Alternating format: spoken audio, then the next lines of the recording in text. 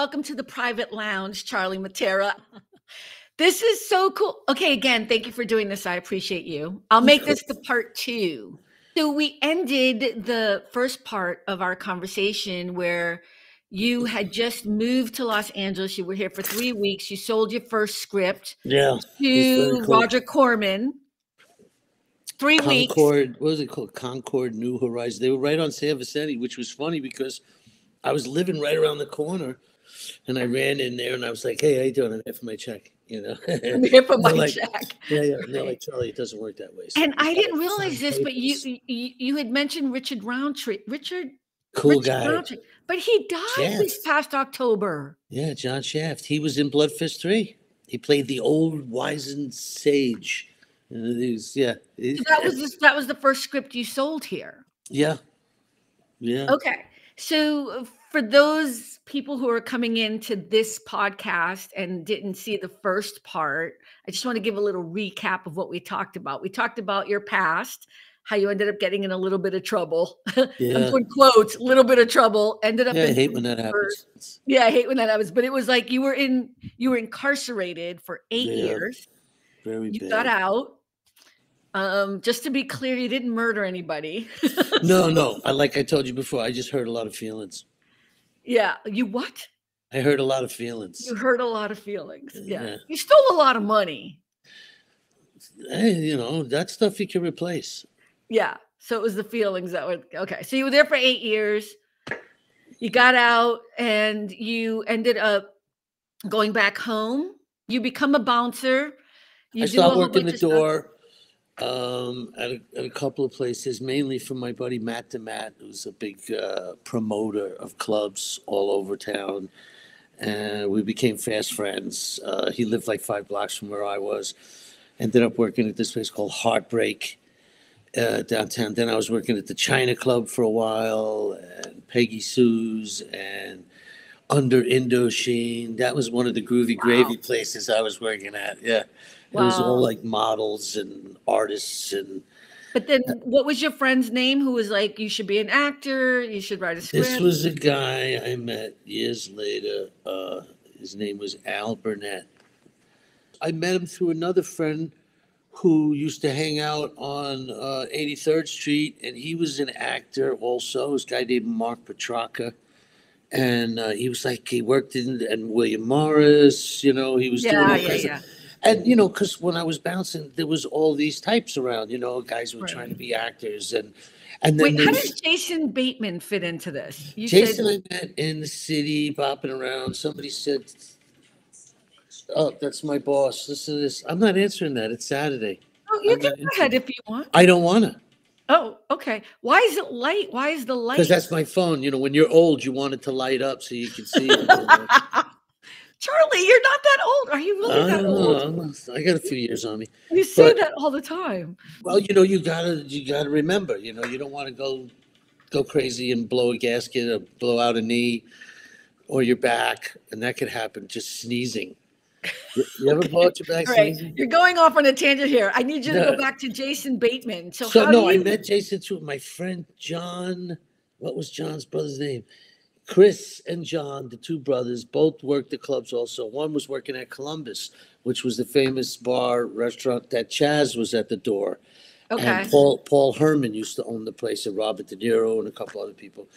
And he met Jason, and he had said to him, they were at the bar hanging out, and he said, I want to go out tonight. I want to bop around the clubs. And he goes, you need to find my cousin Charlie. He goes, go find Charlie, and Charlie will take you everywhere. And you won't have to wait. No, you just walk right in. So all of a sudden, I forget where the hell was. Well, because he was a big deal, even because he was a kid actor. Yeah, he was. It's not like he wasn't nobody. I mean, he was pretty well known. His biggest pet peeve was when people used to call him half his sister's name. They're Justin. Oh yeah, they used to call him Justin Bateman, he used to flip out on that one. I was, his podcast Smartless with the other two there, Will Arnett and what's his name? Sean Hayes. Have you listened to their podcast? No, I'm not Mr. Podcast guy. I really don't. This is more my first experience doing this kind of stuff. I feel so honored. Jason found me in the city, And for like 2 days of nonstop partying, I took them everywhere, all these places. I even took them to an after hours club that was downtown inside of a loft in the village that was like filled with bikers and like the half of the Ramones and Oh my God. some of the all the studio musicians in town at 4 o'clock in the morning. They're up, they can't sleep. They would come to this place. And my Right. friend Jerry Adams, who ran the Cat Club, the front door, became security at this place, the Loft. And the secret Okay. was you had to come to the door and you had to bring beer or something or whatever. And I used to go to the deli around the corner and get like a couple of cases of Heineken. And I would call from the deli and tell him I'm coming. And then I came in and I brought Jason there. So Jason was, he was this child actor and he's hanging around with these bikers and this. Yeah, he was probably pretty young. He probably no, should not have been in those. And Yeah. Chris Penn, Chris used to hang out there. Jeez. And a lot of athletes. So when you came to LA, you already had all these contacts. No, I just knew Jason. I mean, I knew that there was a bunch of New York guys out here, but I really didn't know anybody. And, when you first come out here from New York, you're like a stranger in a strange land, The whole pace is different. Nothing gets done. If you're from New York, it's like, hey, let's go, Let's go fast. Where's that thing? I told you, did you get the thing to do the thing? Okay, get it tomorrow, or else that's it. You can't call up and say, hey, boss, it's raining today and I don't think I'm going to make it. That's a legitimate excuse in LA. Okay. So wait, I was thinking about this after our first conversation. I was like, I'm going to ask him a whole bunch of questions because I feel like you have a love-hate relationship with Hollywood. No, I love LA. I'm a California guy now. You come across as... No, you don't understand. Okay. I am a bro Cephas now. I would never move back to New York. I can't do it. There's nothing there. It's not happening. Okay. There's no clubs. There's no.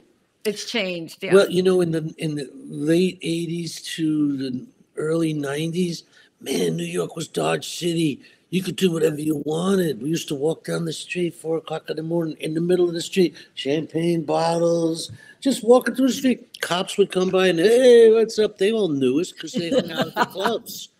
The cops were the greatest back then. I think it's weird that you knew and were okay with the cops after what you just. I never had a problem with those guys. They were doing the job. I never thought of it as good guys or bad guys. I thought of it as my job to beat them, and their job was to catch me. I hated cops. I mean, I still hate cops. I don't get it. I don't get it. But I think the problem with the police in the country is that they don't really screen these guys and really put them through their paces to find out who they really have, And I think a lot of these guys, the new ones, they hire them right out of, Afghanistan and Desert Storm and whatever. And these guys are half shot still from that.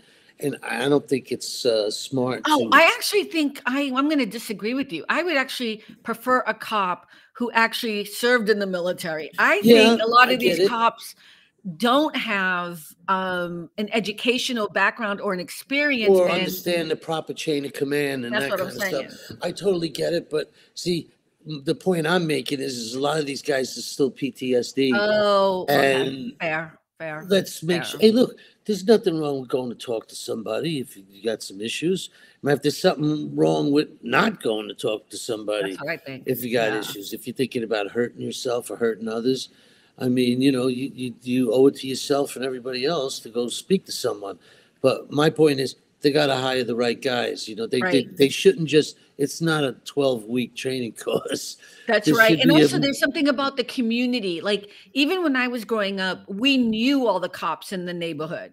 Yeah, that's right. A lot of the cops lived, them, but we knew them. Well, a lot of the cops who worked that neighborhood lived in that neighborhood. That's right. So they knew the players, and they knew the people, and they would walk around. Hey, years ago, they used to have the boxes, and they would have to stop, open up the box, click the thing because they knew that they came by, or they would call.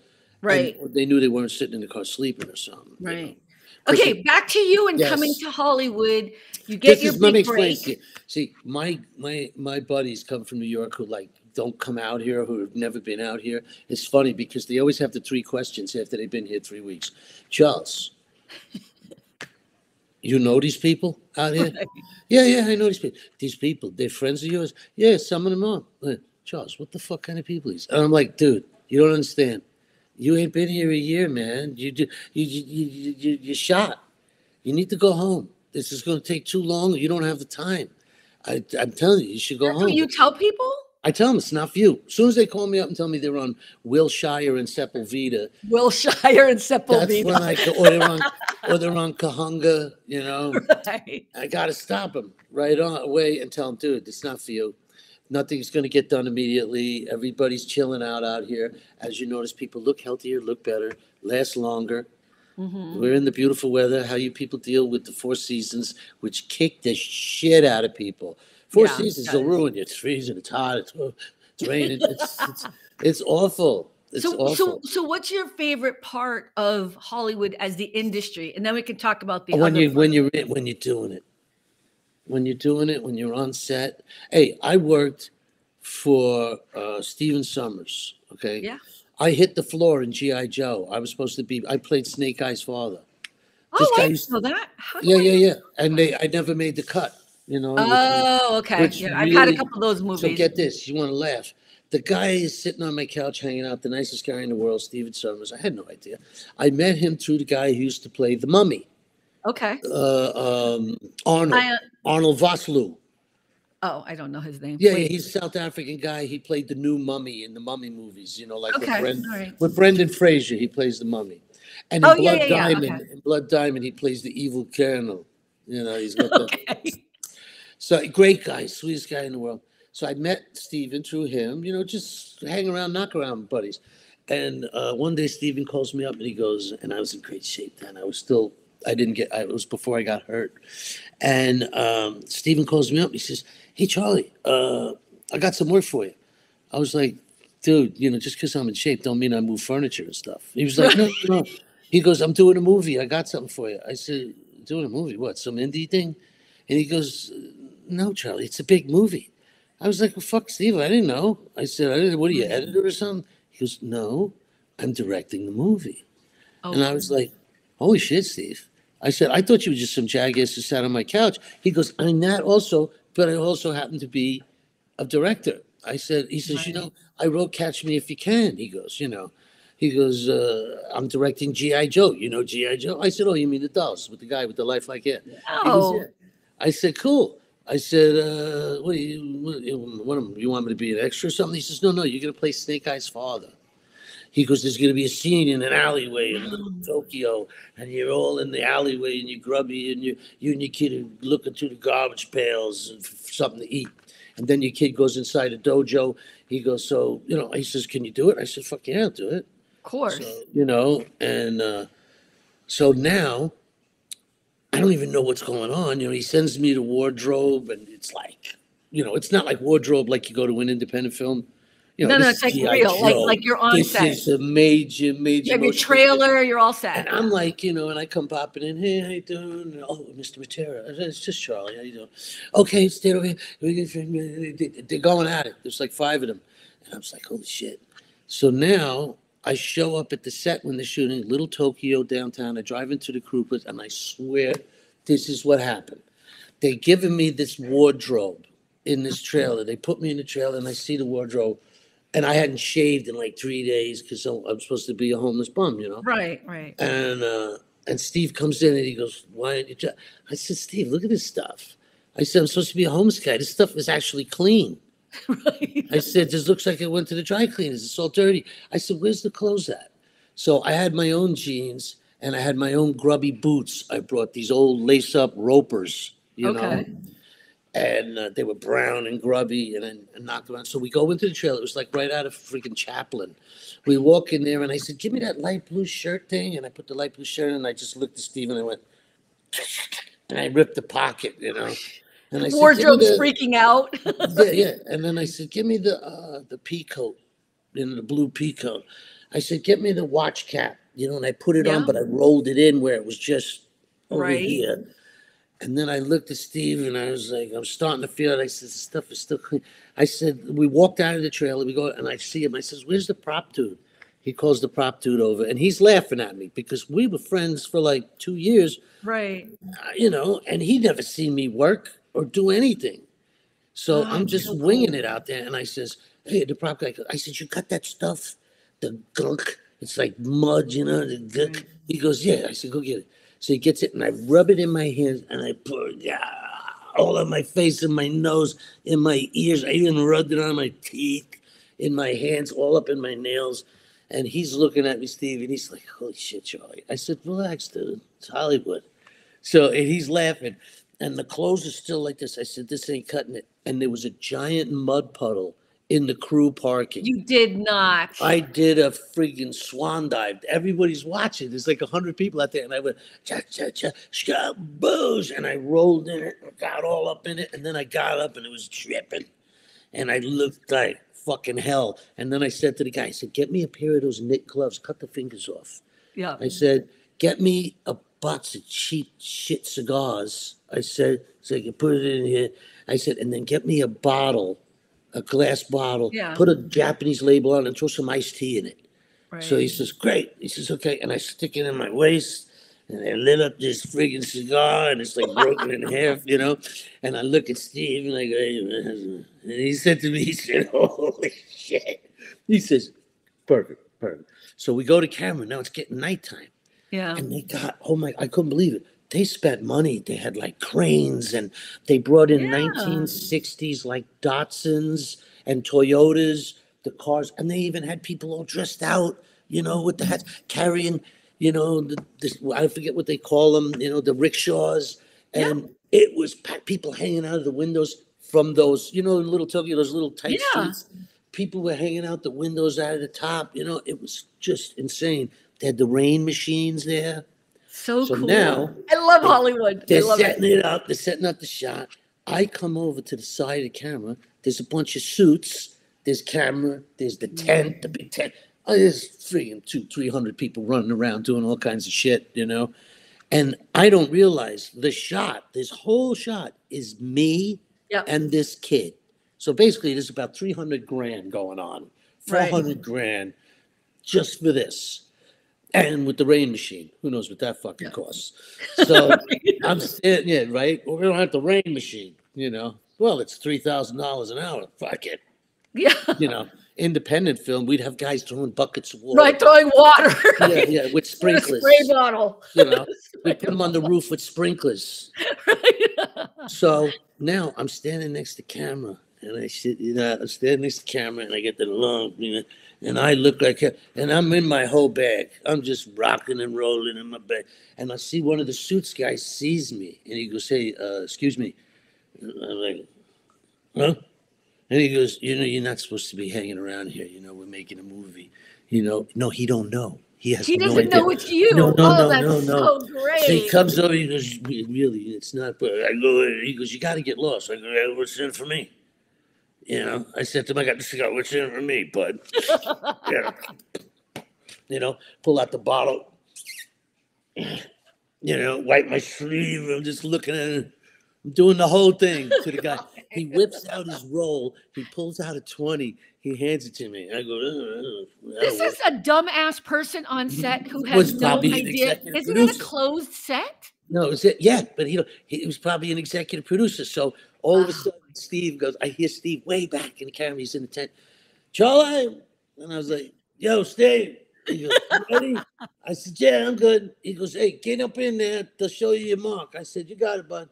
So I start walking away. And the guy goes, "Who the fuck is that?" "Oh, that's the actor." He says, playing that guy's father, you know, the homeless bumsy. He goes, "I just gave the guy a 20. And Steve's like, "Charlie." He's like, "Charlie, could you give the guy the 20 back?" And I was like, "Fuck no, I'm keeping it." I said, "Man, that's mine." I said, "I may never work again after this day." Who is such a dumbass to be on set and not realize that? I mean, I get it because you're so in that. No, it was great. I was in it. I was just having fun with it. I was enjoying myself. I was like, "This is it, baby. Yeah. Look how beautiful this is. You know, all this money." And it was me and this little kid and the kid was the most well-behaved kid I ever met. This little kid. We're in the alleyway, and I'm supposed to be laying in the muck and the mire by the garbage pails. And the kid is picking through each garbage pail, and he finds a rat. They had a rat, professional rat. The rat was making more money than I was. Because he had hours in. He had all the SAG hours in. Right. This rat was a big rat. He'd been in a lot of movies, you know, Willard, Indiana Jones, you know, any rat movie. Right. This rat was in there. They even had two guys off the frame when the kid tossed the rat. There was a guy there with a big, giant, fluffy towel and caught the rat. I wish somebody would be there when I hit the dirt. It's PETA. They're not going to mess if I hit the garbage pails and fell on my back, hey, Charlie, somebody help Charlie up over there. Exactly. The rat had three guys, and they had like a thing, and the rat flew in, and they covered him up because the rain machines were gone. So I see them out of frame, and the kid goes in, and he pulls out like some Japanese food, and then all of a sudden you see me, give me that. You got your whole life to eat. Let your old man get a little something. You know, they were trying to prompt me to say something, so I was improv in my own life. And I still had the cigar, and I was still eating it with the cigar in it. So now I worked that night. I can't sleep for 2 days after that night. You know, there was a couple takes all different, this way, that way, that way, this way. I had the camera right here in my freaking face. The thing was this big on a crane. Charlie, you don't mind if the crane goes over your head? Fucking kill me. Yeah, all right, it's all good. I'm loving this. Hey, if you hit me here with the crane and a little blood, it'll look great. So I was down for anything. Didn't matter. So I couldn't sleep for 2 days. Like 5 days later, I get a call at like 10 o'clock at night. It's Steve. And he goes, hey, Charlie. And they're in dailies. They're watching dailies. Okay. And there's a guy in there I took a meeting with 15 years prior. I mean, this is like 12 years into my career. Right. And, you know, you get hired and you can't get hired and nobody wants to know you. And he sucks. He's crazy. He's difficult, which means you're good at what you do and you don't take bullshit from anybody. Right. That's what that means. So, you know, I get a call and it's like 10 o'clock. And Steve's like, I can hear people. And one of the guys is this guy, Lorenzo de Bonaventura, which is a huge, gigantic producer. I mean, the guy's untouchable. I wish I could get him in a room for 20 minutes. And pitch to him all the shit movies that are being made. But I was in the room and I hear them talking and they're laughing. They're hysterical. Charlie, wow. They're like, it looks great. This looks amazing. Holy shit, Charlie, you did a great job. And they're all laughing. Hey, good job, Charlie. I hear him in the background. And he goes, look, I need you to go next week and they're going to dress you out for a wetsuit and some uniforms, because now you're going to be in a one-man submarine.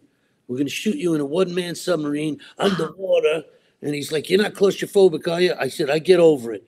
So, I said, I'll get over it. Don't worry about it. So then he says, and then you'll be on the pier wearing your uniform, looking like $1 million, and your son sees you, and now he's grown up, snake eyes, and he's got the whole face on. He knows it's you, but you're not sure it's him. Right. You know, or the other way around. He doesn't know if that's your dad, but he knows it's something. He goes, and this is when you got your shit together. Like you get your stuff together after that, later on. I was like, wow, Steve. I said, well, I get paid for this? He goes, Charlie, relax, man. Wait, aren't you already SAG at this point? Yeah, I was. Yeah, but, yeah. You know, you figure you're getting, what, $600 a day, whatever it was back then. Whatever it was back then. But yeah, you're getting that minimum. They gave it away, you know. Keep the money, man. Just keep filming me. Get as much coverage as you can. So I'm jazzed. They sent me down to, I don't know where. It was like Long Beach or Manhattan Beach to this warehouse, this long warehouse place. And I go in there and they got costume for miles in there. I mean, I'd never seen it. And they're fitting me for a wetsuit, my own individual wetsuit, and this other uniforms and this long-ass warm jacket that you wear on the set when you're freezing. And all this shit. And then about a week and I got paid for the fitting. And then a week and a half after that, bingo. He says, Charlie, studio thinks there's too many characters. They think people will lose focus. I said, Steve, whatever, man. We had a blast. I appreciate the opportunity, man. I said, hopefully whatever I did do, somebody sees it and we get some more work. Hey, Steve. Look at this happened to me too. I mean, this is what people don't understand. We work on a film and then they cut us. You know? When I got off the phone with him, I was like, sorry. You know, freaking out. I mean, so you did all that work, you got paid for all that time, but you ended up not in the film. Nobody ever see it.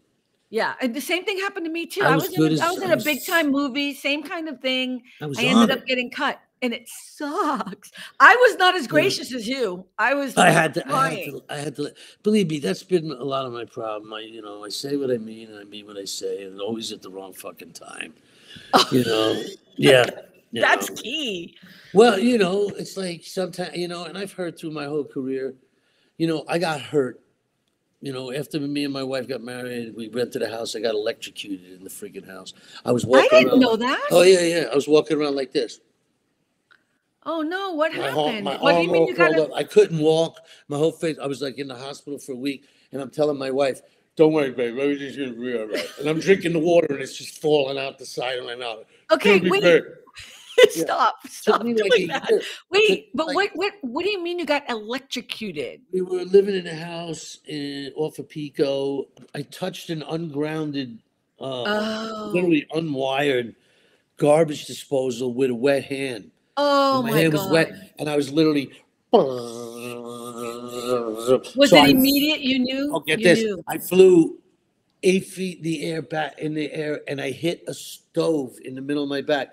And when I hit the ground, I curled up like my whole face. I could hear everything. God. I could see everything. I couldn't speak and I couldn't move. But my body was convulsing like. For how long were you in this situation? Then, all I heard was this in the background. Because where I lived on Pico, the fire department was literally like 3 blocks away. Right. There was a helicopter over my house. Okay. And I just finished doing that stupid reality show, House Husbands of Hollywood. I can't believe you did that, actually. Well, no, I was broke. What was I supposed to do? No, I'm not making a judgment. I didn't even want to do the show. I thought of it and the total fluke. The guys are home, they're doing, and the women are at work. And my wife was like, "That is the dumbest thing I've ever heard. It'll probably sell in 5 seconds." Right. And then we went into Fox. Right. 5 seconds. They were like, "This is a show." The guy was a game show producer, and he had buttons on his desk. One was the, and the other one was the, and he told me when I came to the office, "You don't want to hear this button." And he hit it. And as soon as I pitched the show, inside of a minute, he went and hit the button. I heard. I said, "That means it's pay time, don't it?" He goes, "Yes, it does." So you got paid. Okay. No, yeah. There are people who don't. It came out of left field. It came out, and the guys who were on the show, God bless them, they weren't the most engaging and, snippy snappy. Me, you could watch me in your sleep. You know what I mean? At least I keep you laughing. Right. And if somebody does something stupid, I'm going to call them out on it. So wait, so you turned around and you got hurt. Yeah. That was before. No, I got hurt. I did the show. Everything was coolio. We left the Brentwood and moved to over by Pico, Pelham, Manning over there. And we had a nice little house. It was cool with a backyard. We had the squirrel. He was only like a year and a half. I didn't want him hanging out in Brentwood, In Brentwood, especially now. Starting to get a little stimulated. Brentwood looks like Westwood now, man. Yeah. I hate Brentwood. And by the way, I'm in Santa Monica now, and I'm ready to move to the Palisades. I'm ready to go. I don't know what's going on, man.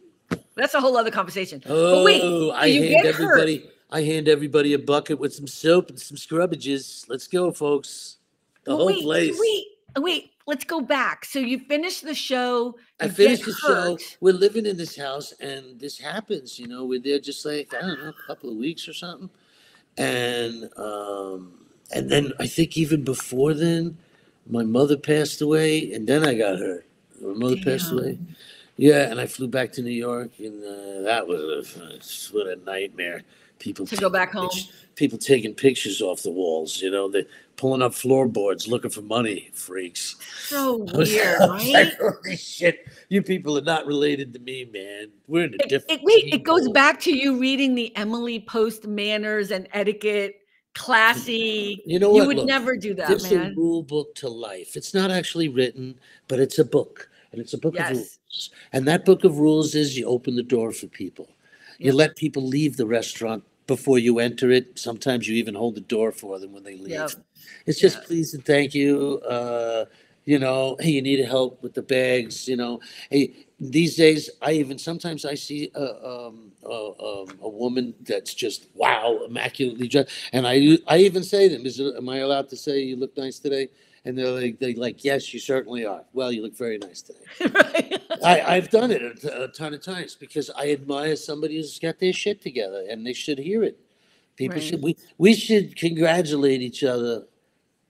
We spend a lot of time kicking each other in the butt, and I think we should all congratulate each other, and for no apparent reason. Then it's just the right thing to do. You Well, know. I think that was one of the first things you said when you came on my show the first time, back when we had just started. You had said that you liked that I'm trying to spread joy. Yeah, that's all. Happiness. Even when I'm being silly and I'm like goofing on you, I'm just loving up on you, man. I'm trying to Well, teach you no, something. I take it all No, as I a like compliment. people in the street. Like, I'll Oh, see yeah, yeah. somebody and I'm like, dude, the shoes and the tie with the shoe, that's not working. You gotta lose the shoes. I've done it before. My wife's like, what the fuck? My wife's like, what's wrong with you? Wait, who is your wife? Do I know your wife? I don't think I know your wife. She's the best, man. She's the best. I'm gonna have to. She took on this. Well, she took on you, so I love her already. The Congressional Medal of Honor. But do I know her? I don't know her. If you saw her, you'd probably go, oh, I've seen her around, because she was in Santa Monica, Brentwood. She was in Brentwood all the time too? Yeah, you used to see me sitting with her sometimes at the Bean or at the Rosti. God. Very, very pretty. Nice You girl. know that BC Goto is gone, right? Oh, yeah, now it's Yortinos, right? I don't know what it is, but I was just driving there the other day. It's the same people. It's just a different name, and the prices are more expensive. Oh, is it good? The son-in-law of the guy Ago, who owned it originally, and his family, they owned Toscana, they owned the Rostis, Really? and then he sold the Rostis and the Toscana to Gioia Pizza. I don't know if they still own it anymore, but Rostis are gone. There was like 6 of them. I think there's only 2. I went to one on the 10th in Montana recently. It was awful. Here in Santa Monica. Yeah, it was. Wait, let's go back to Hollywood. So you do love Hollywood. What is? I love California. I love California. Okay, I didn't say California. I'm talking about the industry. What is it that you love about Hollywood? Because when you're working, there's nothing like it in the world. So you're always trying to do. You're still writing right now, and you're never still stop. acting. Never stop. I just finished the screenplay with the guy I was telling you about, Todd Newman, director, Morning Sun, Dave Navarro. Everybody see it. You'll love it. It's depressing as shit. If you feel like being depressed. Wait, you already sold it? Yeah, it's out. You can look it up. What movie? It's called Morning Sun, Mourning. Oh my God, that's awesome. And it's about Dave Navarro. Believe me, it's like something out of like This is Dateline. I mean, it's crazy. They did interviews with the FBI profilers who was looking for this guy for like 11 years. He was on the run. He escaped. When they finally caught him, then they gave him the death penalty. I don't know if he's still alive or dead in. So don't hate me if I don't watch it, because that does sound depressing. No, it's creepy, but it's more about him. It's more about mental health and drug addiction. Maybe I will watch it. And all of this stuff for trying to get your life together. The fact that guy has become as successful and been as creative as he is with all of that shit. That's why I respected him. I said to him once, I said, I feel a lot like you. I said, because we've both been put into unbelievable circumstances and somehow we've come out the other side. You succeeded anyway. We could still function. We have our demons, but we can still function. But like I said, to get back to it, when you do get the opportunity, like when I worked on Californication with Dave Duchovny. David Duchovny, I love him. David is a great guy. He's very funny. He has that kind of smarmy, sarcastic wit, but it's all bullshit because deep down he is a really nice person. He is a sweetheart. He is a sweetheart of a guy. Yes, he is. He's very and he's very handsome. If you see David Duchovny in the street, go up to him and give him a hug. You tell him Charlie said. People will do it. Don't say that. I'm telling you right now. If you see him in the street, tell him Charlie said, I should give you a hug. Tell him it's optional, but Charlie said you need one. It's optional. I'm here to give it to you if you would like it. Nothing personal. He's a great guy. I had a lot of fun with him and very silly. And then there's also, I just saw him recently. I went to Ryan's memorial. It was a couple of weeks ago at the DGA, for O'Neill. Yeah. But who did you saw David Duchovny there? No, I ran into David Duchovny, sort of like weirdo, strange kind of doppelganger who I call Hart Bachner. Remember Hart Bachner remember Die Hard? Oh, yeah. I'm not a big Die Hard fan. You remember the movie Breaking Away? the famous movie with the bicycle race and Dennis Oh Quaid. yeah, I do actually. He plays the college smarmy kid with the handsome. Oh, okay. That's God, you're hard. such a name dropper, dude. His father was a very famous actor in the original Point Blank with Lee Marvin and Angie Dickinson and Carol O'Connor. The original. His father's name was Lloyd Bachner. His father did the Twilight Zone episode. It's to serve man as a cookbook. Yeah, I don't remember that one. Remember when he's going on the flying saucer and he finds out that the aliens are going to eat them? It's a famous one. It's called To Serve Man. Here is where you and I are a little bit different. Like, no, I love it. I don't remember all this stuff. Filled with trivia of movies and actors in it. Not me. I've been lucky. I got to meet a couple of greats. Like I got to meet Don Rickles. I got to meet Angie Dickinson and Army Archer. And one of the guys I really admired was Ryan's old agent. What the hell was his name? Why am I going blank? I'm having a senior moment. I don't know. You want me to look it up? His name was he produced the movie with Stallone in it, Victory, the soccer movie. I don't know. He's one of the producers. Neil Hassman?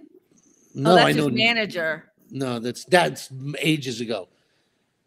No, it was called Victory with Stallone, and Pele was in the movie. This was his agent. What's his name? Fred?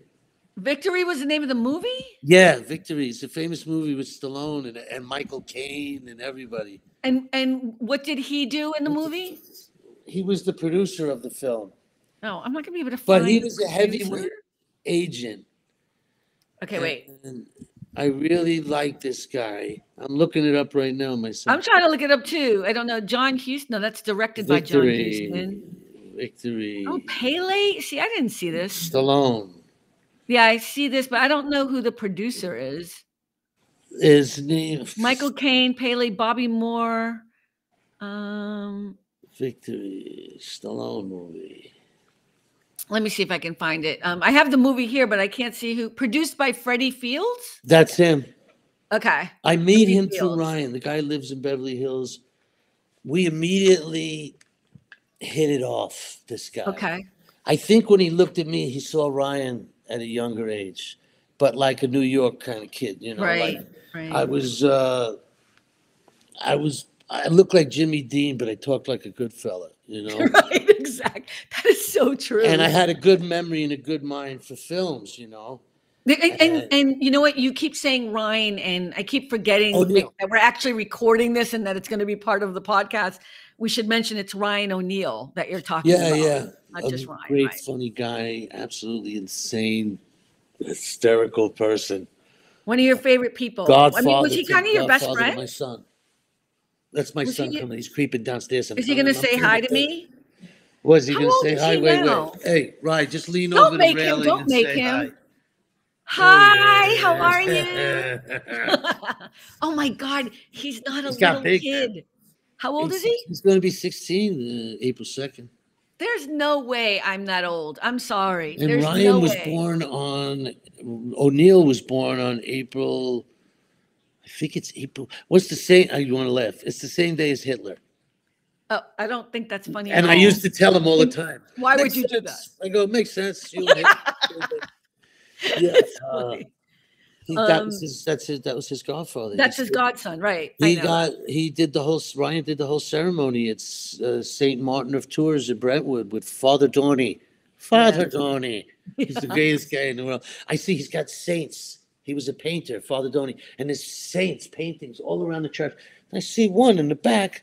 There's some bars and barbed wire, and there's a guy and he's got numbers going. I said, Father Dorney. Who's this guy? I go there, St. Peter, St. Christopher. I get it. St. Vincent. Who's this? Oh, he's political prisoner being held against his will in Ireland. He's a saint. He's a saint, he is. I was like, okay. Okay. Yeah. He was like a little leprechaun. He was like 5'2". He's the nicest guy. But Ryan stood up there and did the whole thing with the baby and the water and and then the priest even said a prayer for Farrah at that time because she was sick at that time. She was sick, right? And it's funny because I never met her. I never met her at all. No, she was hysterical. So I call her up after this. Okay, wait. No. We should probably say we're talking about Farrah Fawcett. Fawcett, yes. Okay, the coolest chick, coolest knock-around girl ever. You had no idea. Tough, but coolest chick Beautiful. ever. So, beautiful. Yeah, no, just woman. It's you know what, inside and out. She had her moments just like anybody, but her and I got along real well. We had a good understanding, her and I. We had a bad incident, and then we became pals. So Ryan sends me, he calls me, Charlie, Ryan O'Neill. He used to call me up. He'd say, Charlie, Ryan O'Neill. Ryan O'Neill. Peyton Place, love story. Yeah, I go, yeah, dude, I know the movies. I seen him. Yeah. This is what he would say every time. He called me up at Christmas at my mother's. Charles, there's a guy on the phone. He says he's Ryan O'Neill. I go, Mom, that's Ryan O'Neill. She goes, get out. I go, Mom, it's Ryan O'Neill. He doesn't know you. Why would he know you? I go, Mom, he's on the phone, man. He's calling long distance. I go, you're holding the phone? She goes, hi, Ryan. You know, it's me. It's Muriel. You know, it's him and her for 20 minutes. You know, that's so funny. So wait, you were calling Farrah for what? So I was calling Farrah. No, he called me and said, Farrah's going to be at the gym. Could you go over there, you know, help her out? Because, you know, the paparazzi maniacs, you know. Are you around? And Todd, you know, my writing partner. He goes, you know, just kind of float around, you know, just in case so she can get in the car. He goes, and hang out with her in the gym. She needs some help. No problem, right? And I live like 3 blocks from the gym, you know. Right. And I go over there, and she's in the back. She's on the stairs. She's talking on the phone. And I can't tell who she's talking to, but she's fucking hot on the phone. She's going nuts. So one time she looks up at me, and she goes, I said, Ryan told me to come by. He says, keep an eye on you if you need some help, whatever. I don't need that help from anybody. She gave me the whole thing. I don't need no help from you. I don't need no help from anybody. I went, what? I said, you know, obviously you and we haven't had much time to talk to each other. I said, I'm not the usual person that Ryan hangs out with. I said, I don't give a flying fuck you, Farrah Fawcett. Used to be. That's what I said to her. Used to be. I said, fuck you. I can't believe you would say that. I said to her, fuck you. I came here to help you out to do the right thing. You're going to hammer me? I didn't fuck you up today. I didn't make you all pissed off. I said, whoever pissed you off and made you fucking yell at me, call that fucking asshole up and hammer them. I said, fuck you. This is at the gym, at Pro Gym? At the back, by the park. At the back. Oh, my Remember God. they used to have the little stairs there? Yeah. Oh, my God. The Early World was next door. And Vicenti's, the restaurant. And I walked away. So now I crossed, what street is that? That's Montana, I think. Right there. Montana. Goshen? No, it's like Gorham. Gorham. It's Gorham. Yeah. So it's in the back, yeah. I passed there. I'm walking down San Vicente, and I'm thinking to myself, fucking bitch. And I'm talking to the world, and people are like, oh, fucking Charlie's crazy, stay away. The whole neighborhood, you know, what the fuck? Charlie, smoke one, you know?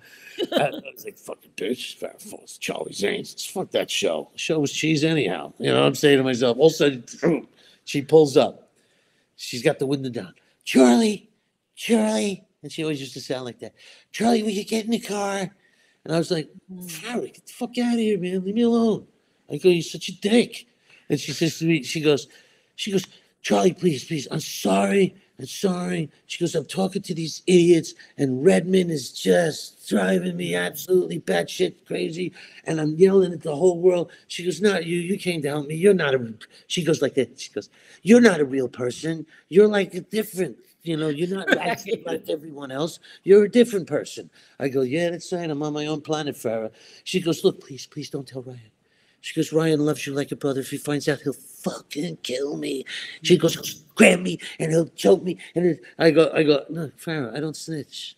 I said, right. Okay, you and me, we got off on the wrong foot. You're apologizing now. It's fucking over.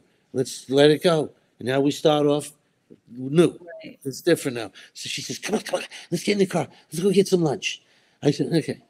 Where do you want to go? I said, I don't know. What about over here? I don't want to go there. So we did that for like 20 minutes, you know. I don't want to go there. They're not nice to me. And they always give me a shit table. I said, all right, come with me. I brought her to Pizzicato. So now everybody's inside. Everybody's inside freaking out. Everybody's freaking out. Wasn't it Pizzicato? It wasn't Pizzicata. I used to call it Pizzicatas. Pizzies. We used to call it Pizzi When did she die?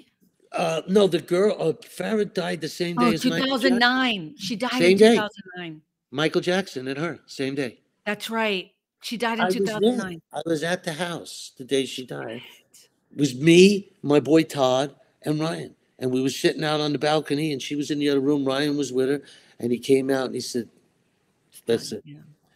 And I was like, "Oh shit, buddy." And we were sitting on the balcony, and all of a sudden we saw all the news vans that were downstairs. We saw like half of them take off. And then my friend. Oh, and you guys weren't sure why, but it was because Michael Jackson died the same I got day. a phone call from my buddy Richie Crudo, who's the director of photography of Outside of Providence, American Pie, American Buffalo, good buddy. He calls me up. He goes, "Hey, Charles." I said, "What's up?" He goes, "Guess who just dropped dead?" I said, "Who?" He said, "Fucking Michael Jackson." I was like, "Holy shit." And Ryan immediately, he didn't hear the conversation. He said, "Who died?" I said, "Michael Jackson." He goes, "Fucking great." He goes, "Now the whole thing's going to go over there and nobody's going to." I said, "No, no, no, no." I said, "The freak show is going there." I said, "Hollywood is here." Right. I said, "Okay." I said, "What matters in this business? The only bit of class that left was heart-wrenching when she passed away. I said to him, the only bit of class left in this business is going to stay here with us and her. I said, the nut house is going there. And sure enough, you saw that night what was going on in front of his house. People are going to get mad at me if I don't say we don't hate Michael Jackson. No, I don't hate the guy at all. I just knew the kind of freak show that was. All the paparazzi and the crazy and the people. looky-loos and the buses and the people from Missouri. We love you, Michael. Right. Nothing against people from Missouri. Right. But you can't say shit anymore, you know? It's not my choice. You went to live in the middle of nowhere.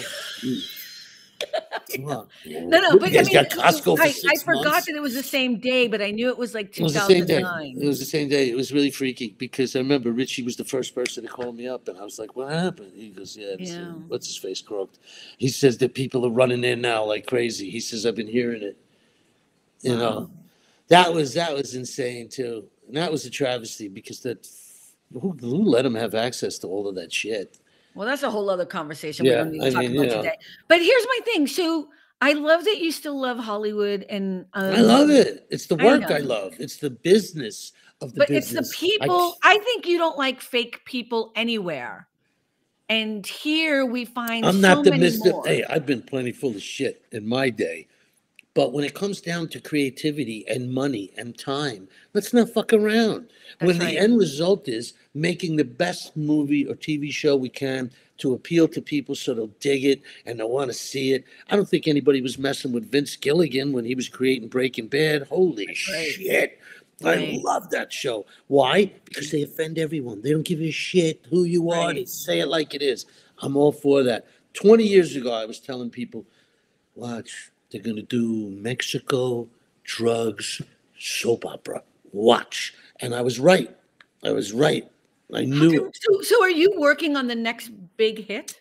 No. What I wrote something. I was plagued by a fairy tale in my head. Okay.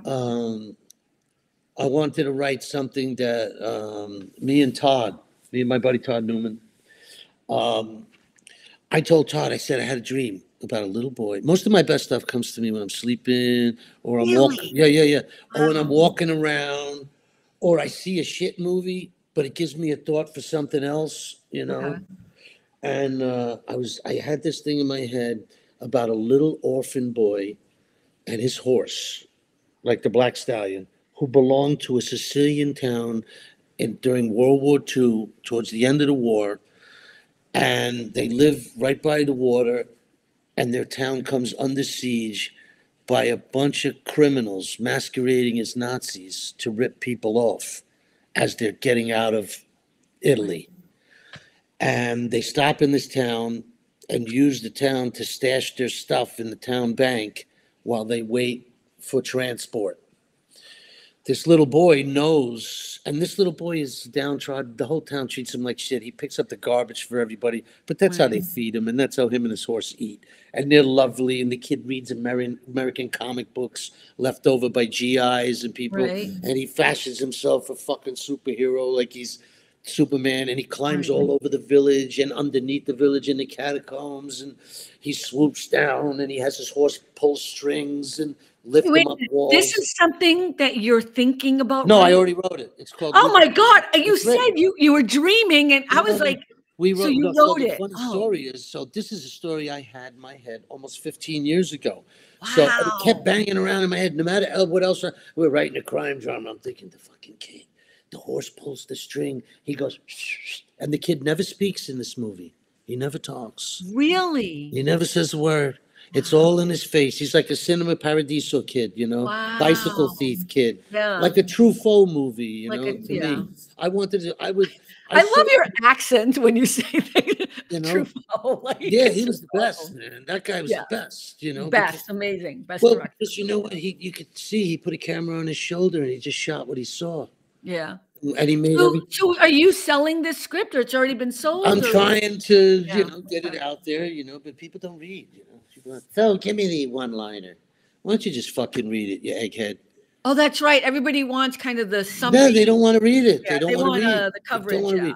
They're going to make $1 million decisions based on some guy who gets $35, $40 a script to read scripts, to write 3 pages of a synopsis and what his recommendations are. Some frustrated 3 pages, like a page. Some frustrated writer who's reading your shit and going, "Fuck, I didn't write this."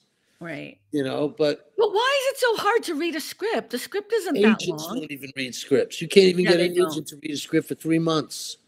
Yeah. They don't even want to know you. If you're not an instant sale, they don't want to know you. Now, if I walk down the street in Malibu one day and going to get a cup of coffee, and I drop my coffee all over Mel Gibson, and I happen to have a script in my hand, which nobody reads paper scripts anymore. So if I happen to have a script in my hand and it slams on and we hit the ground and he's like shit and he's looking at a page, and then all of a sudden he's sitting there and I'm still drinking my coffee and he's looking at another page and he goes, "Hey, I go, okay, keep going." Right. You know, this is the only way shit happens anymore. You know, or if I had $5 million to make this movie, everybody and his mama would come to me then. They'd say, "Charlie, we'll match it. We got 5. Right. You got to make the first move in this business. You got to write it. You got to direct it. You got to see it all the way through, or you got to hope that a star somehow is like somebody who has that kind of power. We'll see it. Well, you're hoping that he's sitting in the house on the holidays. He's gotten bored with being around his fucking family for Christmas or Thanksgiving, and he's just looking. He's saying, "I've already got the Oscars. I've already got the accolades. I've already made some great films. I've made some successful films. I've made some movies that have made a ton of money. And I've made 2 that got me the house and everything else from the shit movies that I got paid crazy money for." And you're hoping he's saying, I just want one. I just want to find one thing, and I want to see it through because I got the juice now. I want to see it through from the beginning to the end. And if I fuck up, I fuck up on my own merits, and I have nobody else to blame. It was the screenwriter. It was the director. It was this one. No, it's you, man. All you. So I like Bradley Cooper. I got to give it to him. Did you see Maestro? I haven't seen. I'm gonna look. Yeah, I'm gonna look. I'm gonna see. I'm waiting till I get like one day I can watch that. And Charlie, you can watch it. I mean, you're SAG. I don't even have to. I saw a few clips and I saw what he was doing. He's not acting anymore.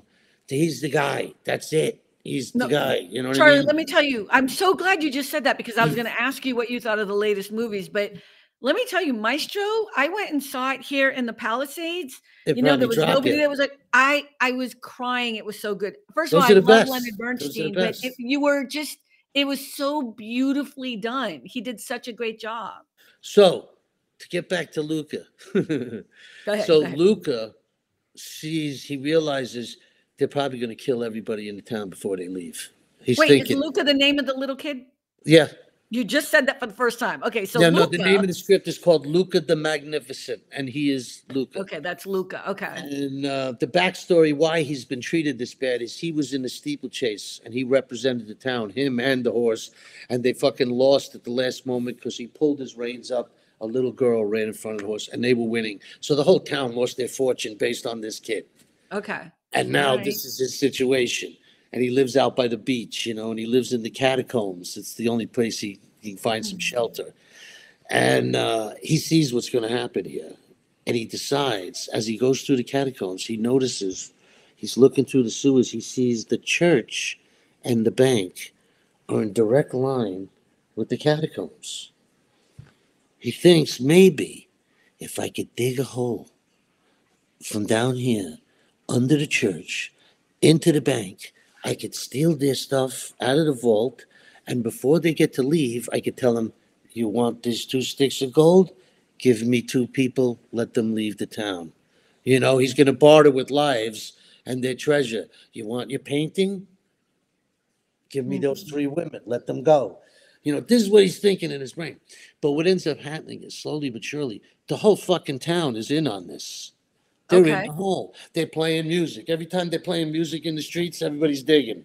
Every time the Nazis come along, they stop. Wow. They stop, and everybody stops digging.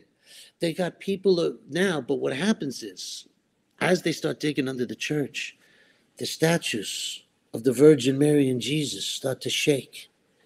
People, I could walk. I can see.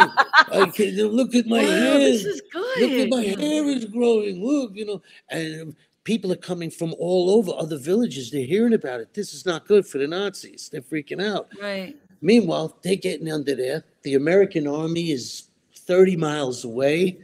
Luke is trying to stall them. They're trying to wait for their right. They got the townspeople building a boat for them to get the hell out of town. Right. They have the women doing it because there's mostly women because all the men are up in the hills. Luca goes to find the men up in the hills, and they're up there, and they're talking about Luca's plan of, you know, to help him. It's like madcap, hysterical, and chilling, and terrible. How does it end? Do I need to? When it ends, the Nazis come rolling into town. Luca is on his horse, racing for the Americans, while they don't know who he is and start shelling him.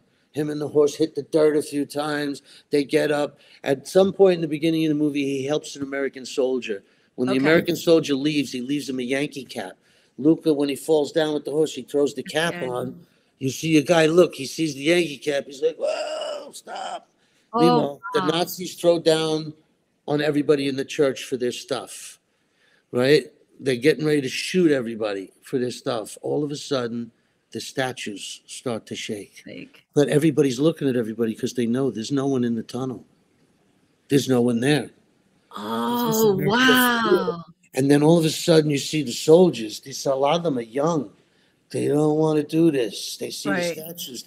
They drop their weapons. The guys are screaming. They're walking out. Some of them come out into the street. The people come out into the street. And there he is with his horse. Right. And all of a sudden, you see the tanks coming over the hills. He's got the whole U.S. Army with him. This is done. You're trying to sell this now. It took you 15 years to develop this. What happened was researching. I brought it to Todd. Todd and I started writing. We got about 60 pages in, and then all of a sudden, Todd got married and had a kid. And his kid's name is Luca. Wow. And then he had another kid, and his daughter's name is Lola. And then I got married, and then I had a kid. And his name is, hey, Ryan, what do you think we should name the kid? His name is Ryan. That's it. Whether it's a boy or a girl, it's Ryan. Fuck. What are you even asking for? I was like, all right. Whatever, man. It's cool.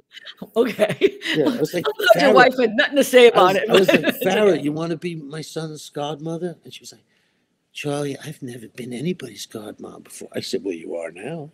Oh, I didn't know Farrah was his godmother. Yeah. And she was sick, so she calls me back. 5 minutes later. She's sick as all outdoors. She calls me back 5 minutes later. She goes, Charlie, Farrah Fawcett. I go, yeah, I know. Is this how the two of them talked all the time? They love to tease me all the time. So I was like, yeah. She goes, Charlie, can we change the baby's name to Ryan Brooks Farrah Mattera? I said, whatever you want. Whatever you want, man. She goes, I got his picture right next to the bed, right here. And there it was, right next to the bed. Like, if you ever see that special with her and Redmond comes in the room, it's awful. You could see there's a baby's picture on the table. That's him.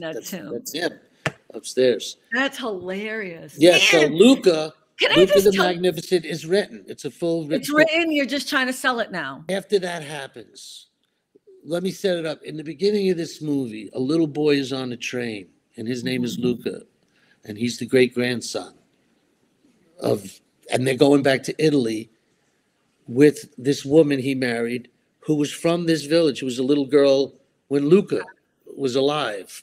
She's bringing his coffin back to the village where he comes from to be buried. The original Luca. Oh, When they okay. come into town on the station, the whole fucking town. So you see all these old people, but you get to see them as young people when we go back and tell When the we go story. back and watch, right? So when they get off the train, when they see people are holding pictures of Luca in the air, you know, of him, Right. and the little boy goes, "Grandma, why do they have pictures of me?" She goes, "That's not you. That's Right. your great grandpa. That's Luca. He looks just like me." She goes, "Yes, he does." The people see the kid. They seize the kid. They pick him up in the air. They carry him over the crowd. They actually put him on a horse. The whole place is going nuts. And later that night, the kid asks her. He says, "What? Why? What happened here?" And she says, "Get some sleep. I'll tell you." And that's the story. Sleep, she wakes him up in the morning, and she starts to tell him the Tell story. him the story. But at the end of the story, these Nazis had gold. They stole all the gold from them. But in this church was a black cross. And when the light hits it at a certain time, you could see their bricks. So at the end of this movie, she brings him into the church and he says, "What happened to the treasure? All the treasure that they took from the Nazis?" She said, "Look around the church." She said, "You see these paintings? We always hoped that over the years people would come here and they would look and see if something belonged to their family. And if it did, we would give it to them. We would give it back to them and they would take it back to where it belonged." She goes, "Over the years, people have come." She goes, and they've celebrated with us the life that some of these people did live. Right. She goes, and he goes, and she's a Jewish girl, because there's also a thing when he goes in the catacombs, he finds 40 Jewish people in the catacombs with crosses on. Okay. And he's feeding them every day. This is even before the Nazis show up. So when the Nazis show up, he's You know this is going to be on a podcast, right? And live streamed, right? Yeah, I don't care. I don't want your whole story out there. Well, ain't nobody can steal. It's copywritten, and you couldn't fucking pull this off the way we did. No, I'm just letting you know. So at the end of this, she basically brings him into the church, and there's all this stained glass, and she shows him the black cross, and she takes a chair, and she goes over there, and she dusts off the center of the cross, and she takes off her necklace as a Jewish star, and it fits right in the cross. Wait, and the cross is where all the gold is, it's all the gold. It's still there. See, I'm all invested now. And when they leave the church and the credits are rolling and all you see is the church, you see the statue go. Oh, that's so cool. A little bit. You wonder, did it just shake? So we don't know. Was it a miracle or wasn't it? I think that's awesome. That's the thing. We finished it like about a year and a half ago, and we've been racking our brains. Let me tell you something. When we finished this, him and I, we were crying like babies when we wrote this. When we reread it, because it was fucking nails. We didn't miss anything. We kept it going and moving. And, you just hope it gets in the hands of the right person. I mean, well, maybe it will. I'd like to see this thing. I think it will. I'd like to see this thing get made. Okay, wait. So I'm gonna end this. Don't hang up though, because you and I can keep talking. But I'm just really glad that we did this. I am cracking up because I could talk to you for like 4 more hours. Yes, I could just listen to the stories. It'd be so easy to do. Yeah. Thanks for stopping by All About the Joy. Be better and stay beautiful, folks. Have a sweet day.